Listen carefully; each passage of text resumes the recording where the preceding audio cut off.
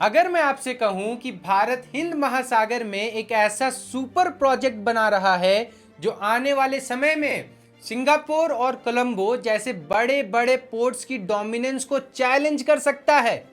जी हां, मैं बात कर रहा हूं भारत के सबसे दक्षिणी हिस्से में मौजूद ग्रेट निकोबार आइलैंड की, जो अब सिर्फ एक शांत आइलैंड नहीं रहने वाला है, बल्कि यहां सरकार बनाने जा रही है इंडिया का नया मैरीटाइम पावर हाउस। एक ऐसा प्रोजेक्ट जिसकी कीमत भी हजारों करोड़ में है और जिसकी स्ट्रैटेजिक इंपॉर्टेंस इतनी बड़ी है कि इसे आने वाले समय में इंडिया का ओशियन गेम चेंजर कहा जा रहा है। लेकिन सवाल यह है कि आखिर ग्रेट निकोबार आइलैंड प्रोजेक्ट है क्या? आइए समझते हैं। आज दुनिया का बहुत बड़ा समुद्री व्यापार एक खास ईस्ट वेस्ट शिपिंग रूट से गुजरता है और ग्रेट निकोबार उस रूट से सिर्फ करीब 40 नॉटिकल माइल्स दूर है। यानी लोकेशन ऐसी जिसे मैरीटाइम दुनिया में गोल्डन स्पॉट कहा जाता है।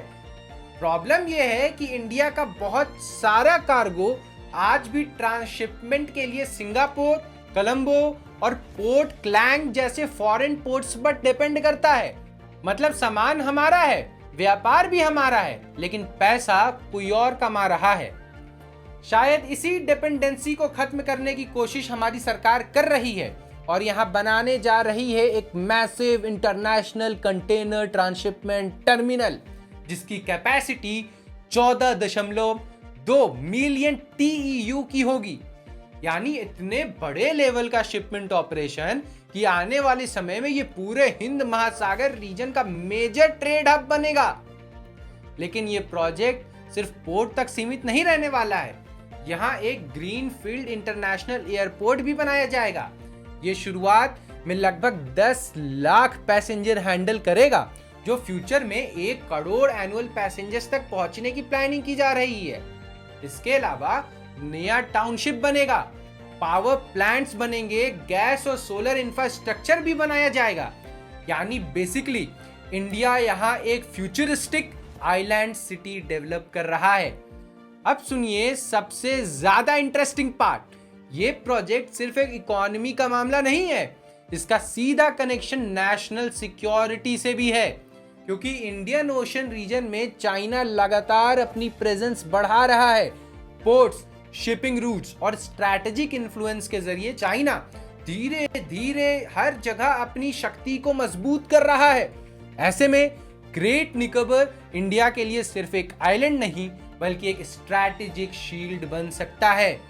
यानी यहां से ट्रेड भी मजबूत होगा और सर्विलेंस की मॉनिटरिंग भी की जाएगी। लेकिन इतने बड़े प्रोजेक्ट के साथ कंट्रोवर्सी ना आए तो फिर क्या फायदा? क्योंकि ग्रेट निकोबार बायोडायवर्सिटी हॉटस्पॉट माना जाता है। रिपोर्ट्स के मुताबिक प्रोजेक्ट के लिए लाखों पेड़ फेज वाइज काटे जा सकते हैं और यही वजह है कि एनवायरनमेंट ग्रुप्स लगातार सवाल उठा रहे हैं। हालांकि सरकार का कहना है कि बड़ी मात्रा में ग्रीन जोन्स प्रिजर्व किए जाएंगे, कंपेंसेटरी एफोरेस्टेशन होगा और इकोलॉजिकल मॉनिटरिंग भी की जाएगी। अब बात ट्राइबल कम्युनिटीज की करते हैं। यहाँ शोम्पेन और निकोबारीज ट्राइब्स रहती है। सरकार का दावा है कि किसी ट्राइबल कम्युनिटी को रीलोकेट नहीं किया जाएगा, लेकिन क्रिटिक्स का कहना है कि इतने बड़े इंफ्रास्ट्रक्चर प्रोजेक्ट का कल्चरल और इकोलॉजिकल इम्पैक्ट लंबे समय तक पड़ेगा। एक तरफ इकोनॉमी, ट्रेड, टूरिज्म और स्ट्रैटेजिक डोमिनेंस है, तो दूसरी तरफ इन्वायरमेंट, ट्राइबल आइडेंटिटी और बायोडाइवर्सिटी की समस्या है।